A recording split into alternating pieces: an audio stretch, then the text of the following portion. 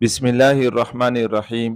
किसी ने सवाल किया है कि ईद के दिन या ईद की नमाज के बाद गले मिलना या मुसाफा करना ये बिदअत है या सुन्नत है, जायज़ है या नाजायज़ है।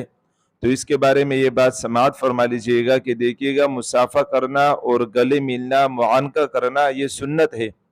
आम हालत में भी सुन्नत है, ईद के नमाज में भी मिल सकते हैं, कोई हर्ज नहीं है।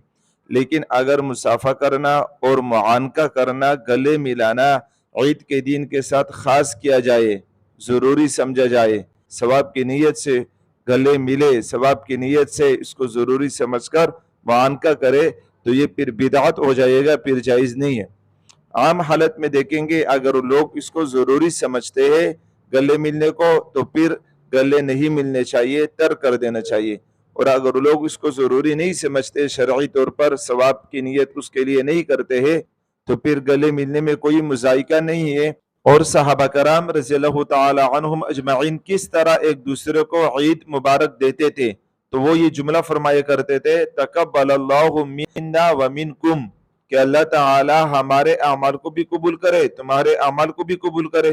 तक़ब्बलल्लाहु मिन्ना व मिनकुम, तो हम लोगों को भी चाहिए कि हम सहाबा कराम रज़ियल्लाहु ताला अन्हुम अजमईन की तरह जब एक दूसरे से ईद के दिन मिले, तो ये जुमला अरबी में कह दिया करे, तक़ब्बलल्लाहु मिन्ना व मिनकुम, या उर्दू में तर्जमा भी कर सकते हो, अल्लाह ताला हमारी तरफ से भी तमाम अमाल कबूल करे और तुम्हारी तरफ से भी अल्लाह ताला तमाम अमाल कबूल करे।